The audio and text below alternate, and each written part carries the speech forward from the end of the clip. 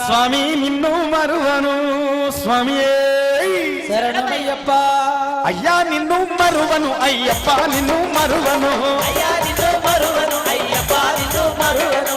ఇవాగో మేమొక్కరం వాడితే కాదు అట్ట పాడాలంటే ఇంటికాడ కూడా వాడుకుంటుండు వీడికి వచ్చినాక ఎందుకు స్వామి అందరం కలిసి పాడుకోవాలి ముద్దుగా మొత్తం పుణ్యం అంతా మాకే స్వామి. ఇందులో దదరినన్నా ఇవన్నీ ఏం లేవు కదా స్వామి అందుకే సింపుల్ గా రాసిన అందరం మాడుకోనికని అయ్యా నిన్ను మరువను అయ్యప్ప నిన్ను మరువను అయ్యా నిన్ను మరువను అయ్యప్ప నిన్ను మరువను.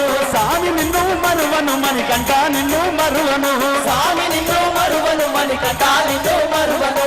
అయ్యా నిన్ను మరువనయ్యా స్వామి నిన్ను మరువనయ్యా అయ్యా నిన్ను మరువనయ్యా స్వామి నిన్ను మరువనయ్యా అయ్యా నిన్ను మరువను అయ్యప్ప నిన్ను మరువను అయ్యా నిన్ను మరువను అయ్యప్ప నిన్ను మరువను. స్వామి నిన్ను మరువను మణికంఠ నిన్ను మరువను స్వామి నిన్ను మరువను మణికంఠ నిన్ను మరువను. స్వామి అప్ప అయ్యప్ప శరణమప్ప స్వామియే అయ్యప్ప అయ్యప్ప స్వామియే.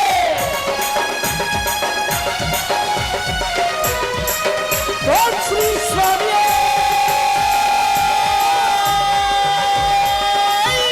శరణమయ్యప్ప.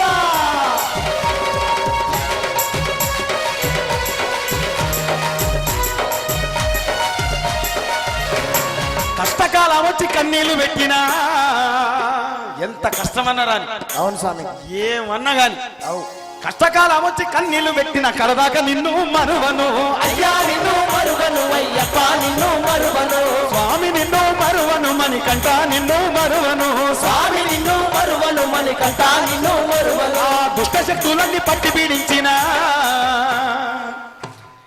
కన్యలు ఉండరా స్వామి కన్యలు కన్యలు కన్యస్వాములు ఎక్కడున్నారు స్వామి జాగ్రత్త స్వామి ఎందుకంటే అన్ని ఆవహిస్తుంటాయి ఇట్లా అరిసెట్ వర్గాలన్నీ అంచున్నే ఉంటాయి అంతేనా స్వామి మరి జర జాగ్రత్త ఉండాలి స్వామి ఏం లేదు కావాలని అట్లా మనం నానా రకాల ఇబ్బందులు పెడుతుంటాయి అయినా సరే అన్నా దుష్ట శక్తులన్నీ పట్టి పీడించిన నీ ధ్యానం విడువను అయ్యా నిన్ను మరువను అయ్యప్ప నిన్ను మరువను. అయ్యా నిన్ను మరువనయ్యా అయ్యా నిన్ను మరువనయ్యా స్వామి నిన్ను మరువనయ్యా మణికంఠ నిన్ను మరువనయ్యా దేవ నిన్ను మరువనయ్యా అయ్యా నిన్ను మరువను అయ్యప్ప నిన్ను మరువను అయ్యా నిన్ను మరువను అయ్యప్ప నిన్ను మరువను.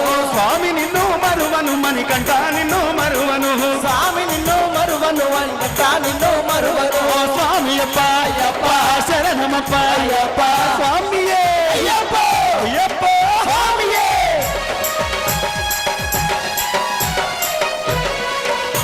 ఓం శ్రీ స్వామియే శరణమయ్యప్ప.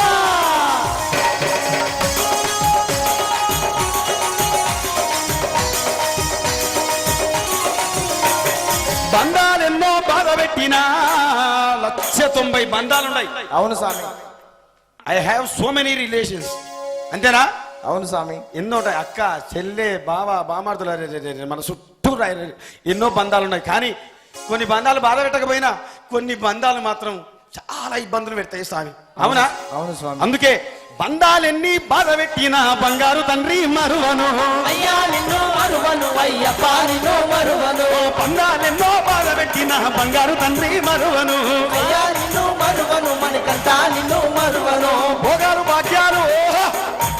ఎందుకంటే ఇందులో చాలా మంది 10 రూపాయలు లేని వాళ్ళు ఉంటారు 10,000 ఉన్న వాళ్ళు ఉంటారు 10 కోట్లు కూడా ఉన్న వాళ్ళు ఉంటారు అవును స్వామి. స్విస్ బ్యాంక్ వరకు లెక్క అంటే అంత మనోళ్ళు లేరు కానీ కొందరు ఉంటారు కానీ ఎన్ని వచ్చినా ఏదొచ్చినా కూడా నాకు ఇవాళ లేకపోవచ్చు రేపు పొద్దున నాకు ఉండొచ్చు ఇవాళ పేదోడే రేపు రాజు కావచ్చు పేదోన్ని రాజు చేసేటటువంటి అద్భుతమైన మార్గాలు నువ్వు చూపించవచ్చు స్వామి ఏది ఏమైనా ఇక్కడ నుంచి గంజి గాని బెంజి గాని ఖచ్చితంగా నిన్ను మాత్రం నేను మరవా భోగాలు భాగ్యాలు ఇల్లంతా నిండినా భోగాలు భాగ్యాలు ఇల్లంతా నిండిన పూతనాథుడా విడువను అయ్యా నిన్ను మరువను అయ్యప్ప నిన్ను మరువను.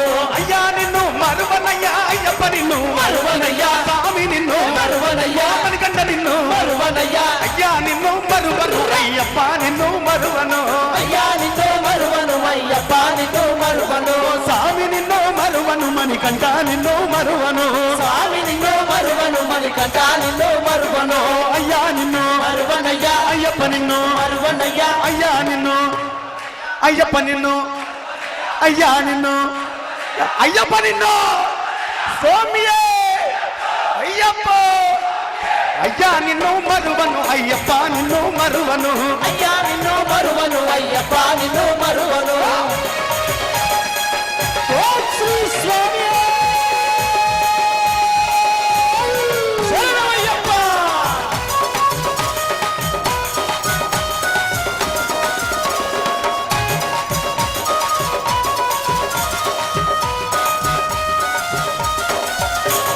రాళ్ళ ముళ్ళు తగిలి రాళ్ళ ముళ్ళు తగిలి రక్తాలు గారినా ఎందుకంటే ఇన్ని రోజులు 365 రోజుల్లో ఓ 300 దినాలు పాతాపులతోనే తిరుగుతాం. కానీ 60 రోజులు ఒక 45-50 రోజులు కానీ కాళ్ళతో తిరుగుతుంటే యాన్న చిన్న చిన్న గుచ్చుకపోతాయి. ఎందుకంటే సుఖానికి అలవాట పాదమే. అంతేనా స్వామి? మరి కొంచెం కష్టం తట్టుకోలేదు. ఏది ఏమైనా సరే ఎట్లా ఏమైనా సరే రాళ్ళు ముళ్ళు తగిలి రక్తాలు గారినా రాళ్ళు ముళ్ళు తగిలి రక్తాలు గారిన మహారాజా నిన్ను మరువను అయ్యా నిన్ను మరువను అయ్యప్ప నిన్ను మరువను అయ్యా నిన్ను మరువను అయ్యప్ప నిన్ను మరువను అయ్యా నిన్ను మరువను మణికంఠ నిన్ను మరువను అరిషడ్ వర్గాలు అడ్డంగా నిలిచిన అరిషడ్ వర్గాలు కామము క్రోధము మదం మాత్సర్యం లోభం మొత్తం మన చుట్టుపక్కలనే ఉంటాయి. ఎప్పుడు అందుకుందామని చూస్తుంటాయి అన్నమాట. అందుకే రాండి ఎంతమంది ఏమొచ్చినా నా స్వామి వారి ధ్యానం ముందు అన్ని దిగదుడిపే స్వామి ఏ శరణమయ్యప్ప అంటే ఆమె దూరం వెళ్ళిపోతాయి. అవన్నీ కూడా ఉంటుందా స్వామి? జర్ర కోపం వచ్చినట్లు జర్ర ఇంకేదన్నా అయినట్లు ఉంటే ఒక్కసారి స్వామి శరణమయ్యప్ప అయిపోయి ఎక్కడో వెళ్ళిపోతుంది. అరిషడ్ వర్గాలు అడ్డంగా నిలిచిన అరిషడ్ వర్గాలు అడ్డంగా నిలిచిన పద్బంధవ విడువను అయ్యా నిన్ను మరువను అయ్యప్ప నిన్ను మరువను అయ్యా నిన్ను మరువనయ్యా అయ్యా నిన్ను మరువనయ్యా అయ్యప్ప నిన్ను మరువనయ్యా స్వామి నిన్ను మరువనయ్యా గురుస్వామి నిన్ను మరువనయ్యా అయ్యా నిన్ను మరువను అయ్యప్ప నిన్ను మరువను అయ్యా నిన్ను మరువను మణికంఠ నిన్ను మరువను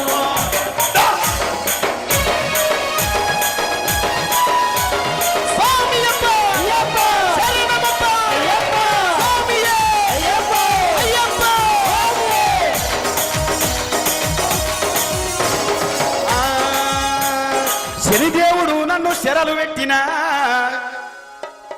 శనిదేవుడు అంటే సరే కొందరు కానీ శని పట్టాడు పట్టినవరా నాయన అని చెప్పేసి అంటారు. కానీ శనిదేవుడు కొన్ని మంచి పనులు కూడా చేస్తుంటారు. గురుస్వామి వారు అది బాగా తెలుసు గురుస్వామి వారికి, నాకు అంత తెలియదు కానీ స్వామి అందుకే మరి శనిదేవుడిని ఉపశమనం కోసం మాకు ఇక్కడ ఇచ్చిండు స్వామివారు.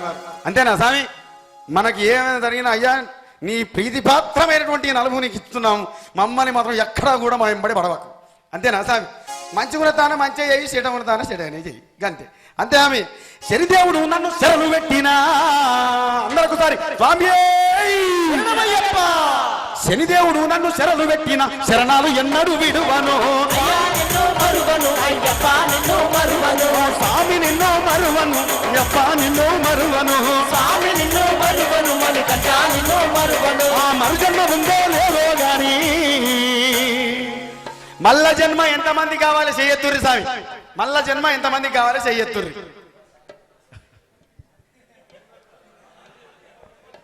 మల్ల జన్మ ఎంతమంది కావాలి? ఇదే జన్మ నాకే కావాలి స్వామి, ఆ?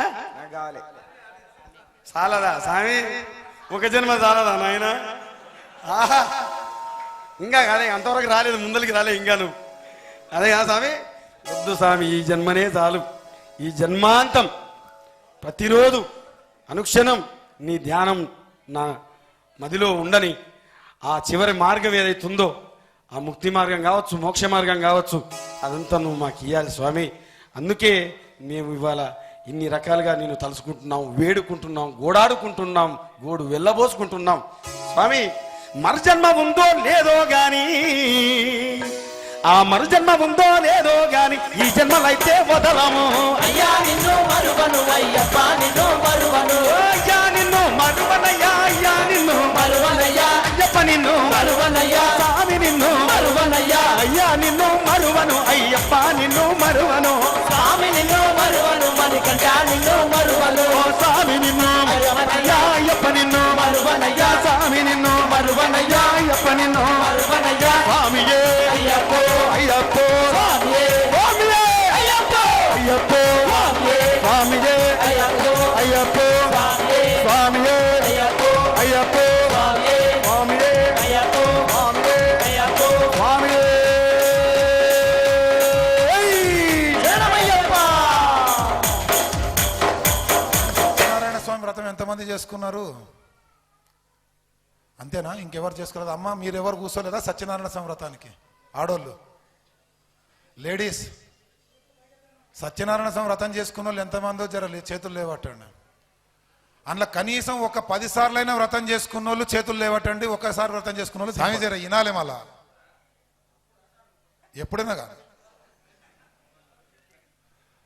సత్యనారాయణ స్వామి వ్రతం ఆడోళ్ళే చేసుకోవాలనా, మగోళ్ళే చేసుకోవాలనా, లేదా భార్యాభర్తలే చేసుకోవాలనా, విడివిడిగా చేసుకోవచ్చునా? ఏమైనా డౌట్లు ఉన్నాయా వీళ్ళకైనా? అందరికీ క్లారిటీ ఉన్నదా? క్లారిటీ ఉంటే చెప్పండి. భర్త మాత్రమే చేసుకోవచ్చా, భార్య మాత్రమే చేసుకోవచ్చా, భార్యాభర్తలు కలిసి మాత్రమే చేసుకోవాలనా? మొన్న పూజకు వచ్చిన వాళ్ళు ఎవరు చెప్పొద్దు అయ్యా. అది తర్వాత ప్రశ్న. ముందు నేను అడిగిన ప్రశ్నకు ఆన్సర్ చెప్పు, ఆ ప్రశ్నకు ఆన్సర్ నేను చెప్తా. ఏమమ్మా, భార్యాభర్తలు ఉన్నారనుకో, సత్యనారాయణ స్వామి వ్రతము భార్యాభర్తలు కలిసే చేసుకోవాలన్నా, ఒకవేళ వీలు లేకపోతే విడివిడిగా చేసుకోవచ్చునా అని అడుగుతున్నా. కలిసే చేసుకోవాలని చాలా మంది అన్నారు. ఇక దాన్నే మనం బేస్ చేసుకుందాం. కథ విన్నారుగా అందరూ? 5 కథలుగా స్వామి. అసలు మనకు తెలియంది ఏంటంటే, మన హిందూ ధర్మములో మన దౌర్భాగ్యం ఏంటంటే, సత్యనారాయణ స్వామి వ్రతానికి 9 కథలు ఉన్నాయి, మనం వాటిని 5 చేసినాం. సత్యనారాయణ స్వామి వ్రతం అంటే ఒక పెద్ద హోమము, పెద్ద యాగము చేసినంత టైం పడుతుంది. నిన్న పొద్దుగాల నుంచి మొదలు పెడితే రేపు సాయంత్రం దాకా ఉంటుంది సత్యనారాయణ స్వామి వ్రతం. 3 రోజుల కార్యక్రమం అది. గృహప్రవేశం చేయాలంటే 7 రోజుల కార్యక్రమం. పెండ్లి 16 రోజుల కార్యక్రమం. అన్నీ షార్ట్ కట్లు అయిపోయినాయి. ఎందుకు అయిపోయినాయి తెలుసా? అది కూడా చెప్తా ఇప్పుడే. మొదటి ప్రశ్న ఏమడిగినా అంటే, సత్యనారాయణ స్వామి వ్రతం భార్యాభర్తలే చేసుకోవాలన్నా, లేదా భార్యాభర్తలు విడివిడిగా చేసుకోవచ్చునా అంటే, అందరూ భార్యాభర్తలే చేసుకోవాలన్నారు. అందరూ కూడా కథలు ఇన్నోళ్ళే, ఆ కథ గురించి అందరికీ తెలిసిన వాళ్ళే. 5 కథలే ఉన్నాయని అనుకున్నా కూడా 5 కథలలో 3వ కథ ఏదైతే ఉన్నదో, అందులో ఈ సాధు అనే వైశ్యుడు తన అల్లుణ్ణి తీసుకొని పోతే దొంగలు అని అనుకున్నటువంటి ఆ చంద్రకేతు మహారాజు వాళ్ళిద్దరిని బంధించి ఆ రాజ్యంలో జైల్లో పెట్టేస్తే వాళ్ళకి గడ్డాలు అన్ని విరిగి వాళ్ళు మొత్తం దౌర్భాగ్య స్థితిలో పడిపోతే, ఆయన భార్య ఆయన కూతురు వాళ్ళ ఊర్లో వ్రతం ఎట్లా చేసుకున్నారు? వేరేళ్ళని ఏమన్నా పెళ్లి చేసుకున్నారా? అలాగ చేసుకున్నారా చెప్పండి? కథలో ఉన్నది అది. అందుకే చెప్తున్నా. భర్తలేమో జైల్లో ఉన్నారు, ఇక్కడ భార్యలేమో వ్రతం చేసుకున్నారు. మీరేమో భార్యాభర్తలు కలిసి వ్రతం చేసుకోవాలి, విడివిడిగా చేసుకోనికే వీళ్ళేదన్నా పడతారు, మీరు కానీ మీకు చెప్పిన పంతులు కానీ. మరి ఇక్కడ వీళ్ళిద్దరు ఆడోళ్ళు ఆ వ్రతం చేసుకున్నారు. ఎట్లా చేసుకున్నారు? ఎన్నోసార్లు ఇన్న కథనే కదా స్వామి. ఎందుకు ఎవరు బంధు పెట్టినరు? ఎవరు ఆన్సర్ చెప్తలేరు? అంటే దాన్ని బట్టి మనకు అర్థమవుతున్నది ఏంటంటే, వీలు లేకపోతే సత్యనారాయణ స్వామి వ్రతమైనా ఏ పూజ అయినా సరే భార్య భర్త విడివిడిగా చేసుకోవచ్చును అని అర్థమవుతున్నది. అంతే కదా స్వామి? అయినా కూడా మనం ఏమడుగుతున్నాం పంతుల్ని? అయ్యా మేము ఇద్దరం చేసుకోవాలన్నా, అలాగ చేసుకోవాలన్నా అని అంటున్నాం. ఎందుకు ఈ పరిస్థితి వచ్చిందో చెప్పాలనా అమ్మా? కథ చేసుకునేటోడు కథ వినడు, కథ చెప్పేటోనికి కథ అర్థం కాదు. చూడనీకే వచ్చిన వాళ్ళు చూడరు, చూడనియ్యరు. సమాధానం ఎప్పుడు వస్తుందంటే, ప్రశ్నించిన నాడు వస్తుంది. ఒక సినిమా థియేటర్లో పోతే, అది బాహుబలి కావచ్చు, పీకే కావచ్చు, ఇంకోటి కావచ్చు, 70 రూపాయలు, 100 రూపాయలు, 150 రూపాయలు పెట్టి సినిమా టికెట్ కొనుక్కొని సినిమా థియేటర్లో కూర్చుంటే, మన పక్కన ఎవరో తెలియని వాళ్ళు కూర్చున్నారు. వాళ్ళ తమ్ముడో కొడుకో నాయననో అమ్మనో రోడ్డు మీద పోతా వాళ్ళకి హార్ట్ అటాక్ వచ్చిందో లేదా యాక్సిడెంట్ అయిందో అనుకుంటే వానికి ఫోన్ వచ్చింది. పరేషాన్లో పడ్డాడు, టెన్షన్లో పడి ఆ ఫోన్ వింటున్నాడు. ఈయన అవునా ఎప్పుడు ఎక్కడ అంజర గట్టిగా మాట్లాడిండు స్వామి. అక్కడ ఏమైందో మనకు అవసరం లేదు. స్వామి ఏం మాట్లాడుతున్నావు, మెల్లగా మాట్లాడు, నేను 100 రూపాయలు పెట్టి టికెట్ కొన్నా. అవతల ప్రాణానికి కూడా విలువ లేకపోయే. అసలు ఆయన ఎందుకంత టెన్షన్లు ఉన్నాడో తెలుసుకుంటే మానవత్వం లేకపోయే.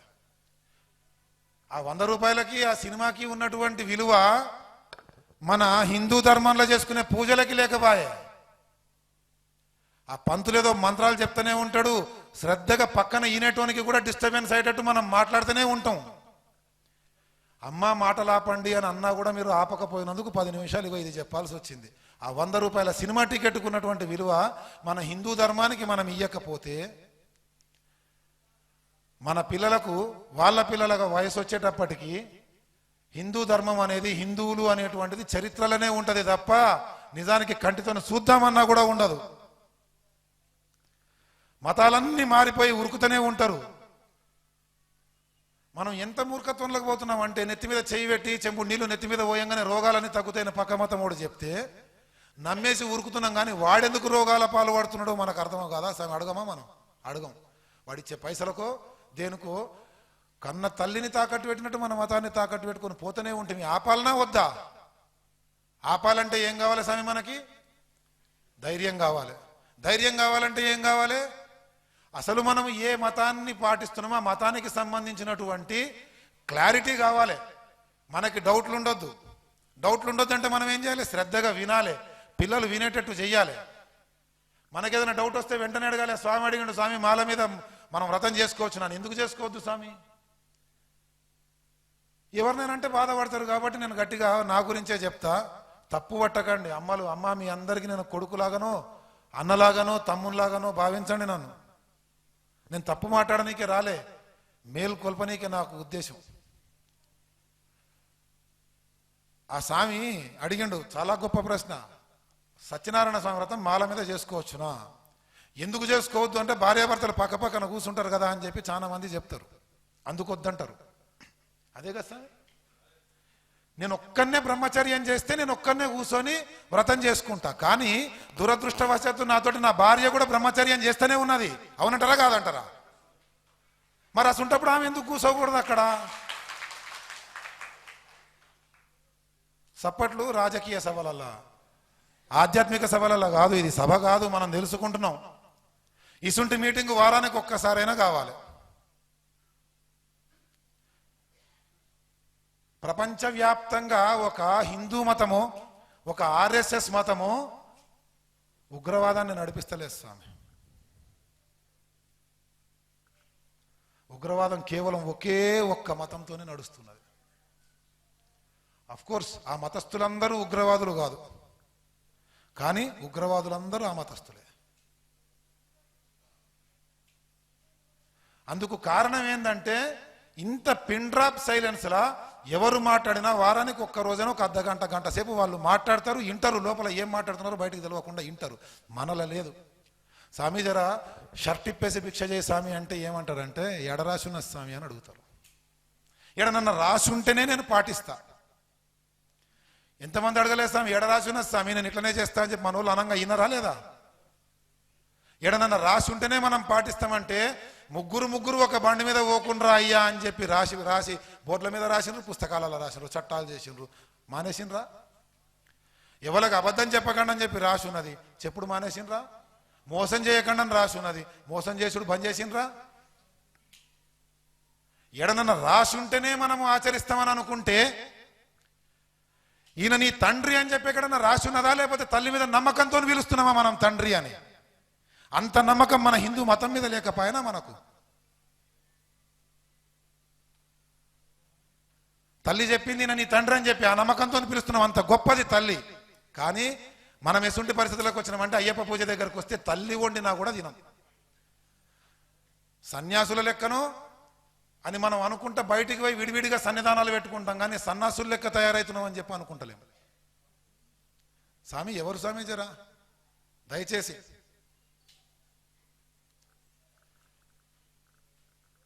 చిన్నప్పుడు మా స్కూల్లో చెప్తుండే కర్ణపిశాచి పట్టుకుంటుంది అని చెప్పి. ఎట్లుంటుందో అనుకున్నా, ఇగో సెల్ ఫోన్లు ఎక్కున్నది ఇప్పుడు.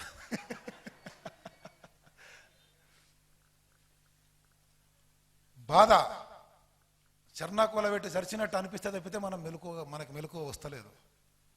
తప్పు మాట్లాడితే దండించాల్సిందే, తప్పు మాట్లాడితే శిక్షించాల్సిందే.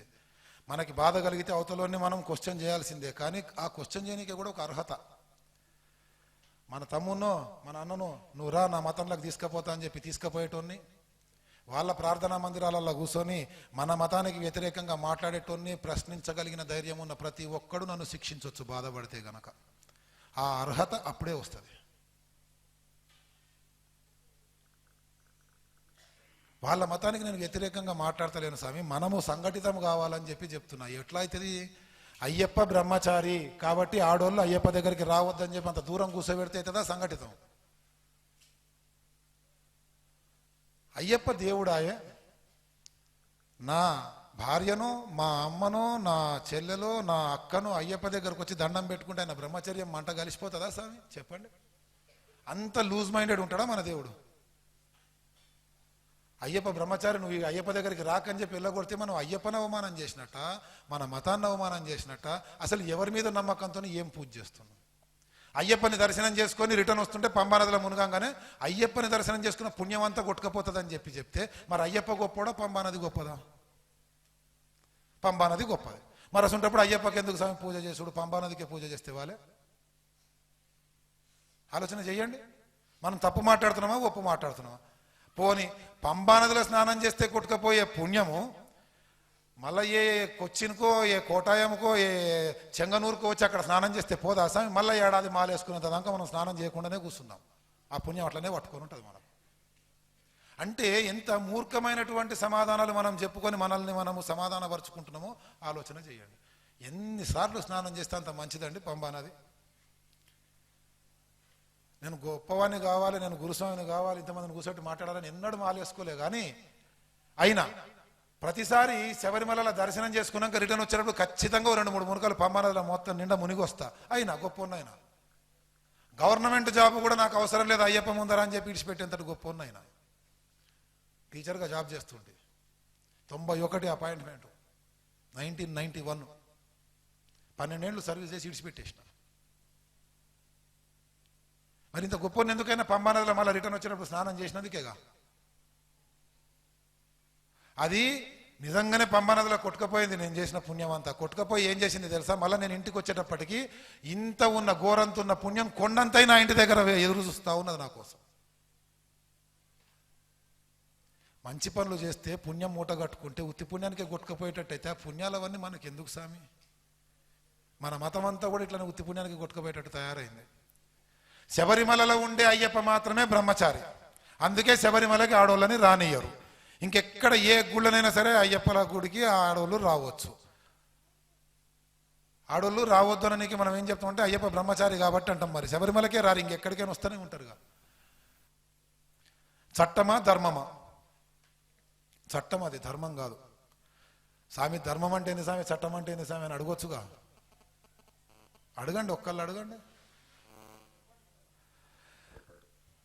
నేను జంగిరెడ్డి స్వామి దగ్గర 1,00,000 రూపాయలు అప్పు తీసుకున్నా. నిజంగా ఉత్తి పుణ్యానికి చెప్తున్నా. మళ్ళీ నిజమేననుకో, నువ్వు అడిగితే మళ్ళీ నేను అడికెళ్ళి తెచ్చియాలి అనుకోండి. రాసి ఇయ్యలే, ఒక పేపర్ రాయలే, ప్రామిసర్ నోట్ ఏమి ఇయ్యలే. నమ్మకంతో నా స్వామి ఇచ్చిండు నాకు, నేను తీసుకున్నా. ఒకవేళ ఏమైనా మంచి కానీ చెడు కానీ అయినా, నేను ఉన్నా నేను పోయినా, కాలక్రమేణా మేమిద్దరం లేకపోయినా, నా పిల్లలైనా సరే ఆయన పిల్లలకైనా సరే ఆ 1,00,000 రూపాయలు ధర్మ వడ్డీతోనైనా సరే కలిపి ఇవ్వాలి అనేది ధర్మం. 6 నెలలు దాటితే ఇచ్చే అవసరం లేదనేది చట్టం. చెక్ వాల్యూ కానీ ప్రామిసర్ నోట్ కానీ 6 నెలలే. 6 నెలలు ఏం చేసినావు స్వామి, రెన్యువల్ చేసుకోకపోయినావా అంటాడు పోలీసోడు. అగర్ నేనేం రాసి ఇవ్వకపోతే ఆ స్వామి పోలీస్ స్టేషన్లోకి పోయి భార్గవ గురు స్వామి నా దగ్గర 1,00,000 రూపాయలు తీసుకున్నాడు స్వామి, ఆ స్వామి ఇస్తలేడు, మీరు ఏమైనా యాక్షన్ తీసుకోండి అంటే పోలీసుడు ఏమంటాడు తెలుసా? ముందు నీ దగ్గర ఏమన్నా సాక్ష్యం ఉన్నదా చూపి.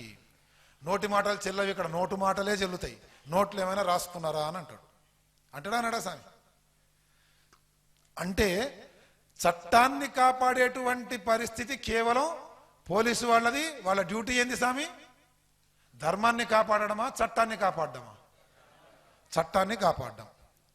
అందుకే వాళ్ళు శబరిమలకి ప్రయాణమై వెడుతున్నటువంటి స్త్రీలని పంపా గణపతి దాటిన తర్వాత ఆపుతారు అంతే తప్ప చెప్పులు వేసుకొని పోతున్న ఆపరు. పొద్దుగాల షేవింగ్ చేసుకొని అప్పటికప్పుడు మాలేసుకొని అప్పటికప్పుడు ఇరుముడి కట్టుకొని పోతున్న ఆపరు. రంగురంగుల బట్టలు వేసుకున్నోని ఆపరు. ఏం మాట్లాడుకుంటూ పోతున్నా ఆపరు, ఏం మాట్లాడకుండా పోకున్నా ఆపరు. ఇప్పుడంటే ప్రొహిబిషన్ అవి వచ్చి అక్కడ నీట్గా ఉన్నది. కానీ ఆచార్య గురుస్వామిని అడగండి, ఇక్కడ సీనియర్ గురుస్వామిని అడగండి. ఆ 18 మెట్లు ఎక్కినాక మహా ఆదిమూల గణపతి దగ్గర కూడా కూర్చొని మందు కొట్టేటోళ్ళని సిగరెట్ తాగేటోళ్ళని ఎంతమందిని చూసుంటాం మా చిన్నప్పుడు స్వామి. అసుంటోళ్ళు అల్లను కూడా ఆపలే.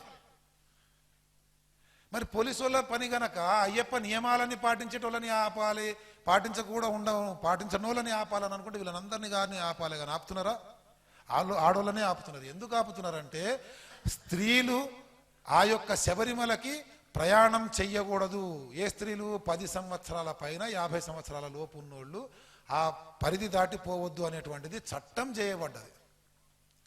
ఎందుకు చేయబడ్డదంటే ఇదే ఇప్పటిదాకా మనం పరమతాలు దేని గురించి అయితే మాట్లాడుకున్నామో ఆ మతాల మూలంగా ఈ దౌర్భాగ్యం వచ్చింది. అంతే తప్పితే అయ్యప్ప బ్రహ్మచారి కాబట్టి శబరిమలకు ఆడోళ్ళు పోవద్దని కాదు.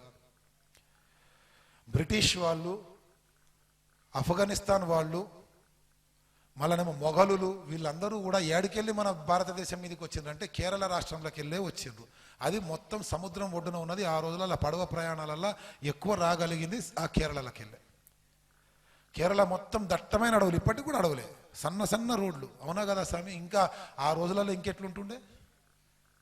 ఆ వచ్చినటువంటి వాళ్ళు వాళ్ళ కుటుంబానికి వాళ్ళ స్త్రీలకి ఎన్నో సంవత్సరాలు నెలల తరబడి దూరం ఉండి కన్యస్వాములని పట్టి పీడించేటువంటి అరిషడ్ వర్గాల గురించి ఇందాక జంగిరెడ్డి స్వామి చెప్పిండు చూడు, అట్లా వాళ్ళని కూడా అరిషడ్ వర్గాలు పట్టి పీడిస్తుండే. పీడించి అందుబాటులో ఉన్నవన్నీ కూడా గుంజుకుంటుండే.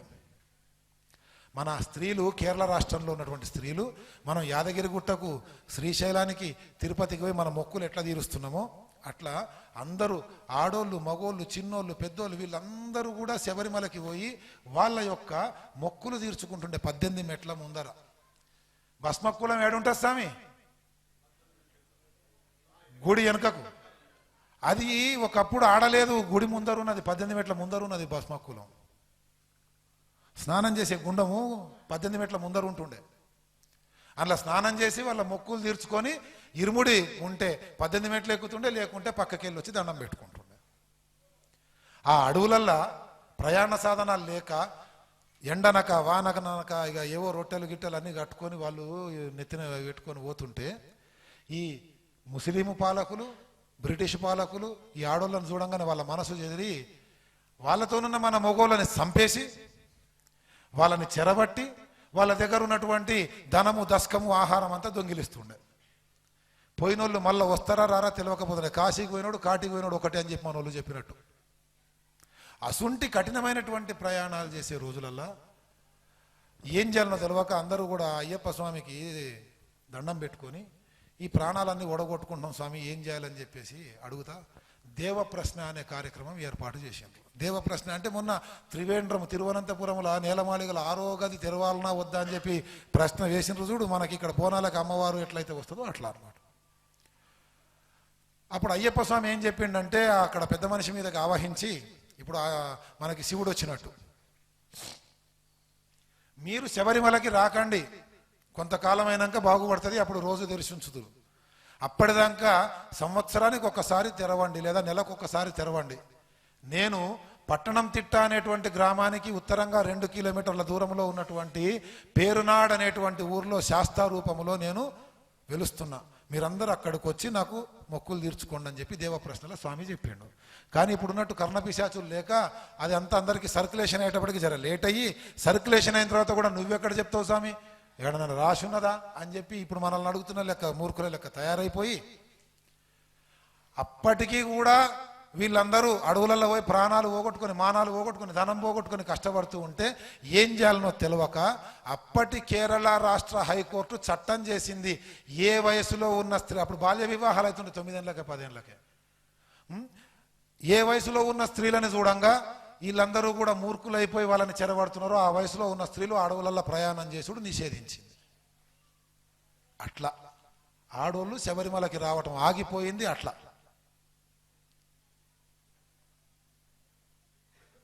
అయితే మరి పేర్నాడులో అయ్యప్ప వెలుస్తున్నట్టు అని చెప్పినట్టు దానికి సాక్ష్యం ఏమైనా ఉన్నదా అంటే ఎందుకు లేదు? ఇప్పుడు నెలకొక్కటేసారి కదా దేవాలయం తెరిచేది. స్వామి చెప్తేనే కదా శబరిమల ఉన్న అయ్యప్ప దేవాలయం తప్ప ఇంకా ఏ దేవాలయం అయినా సరే నెలకొక్కటేసారి తెరుస్తారా స్వామి మన దగ్గర? అదే అయ్యప్ప గుళ్ళైనా 365 రోజులు తెరుస్తారుగా. అట్లాగే ఒక వెంకటేశ్వర స్వామికి అలంకారం చేసిన ఆభరణాలు ఇంకో వెంకటేశ్వర స్వామికి పెట్టరు. కానీ స్వామి సెలవిచ్చిన విధంగా శబరిమలలో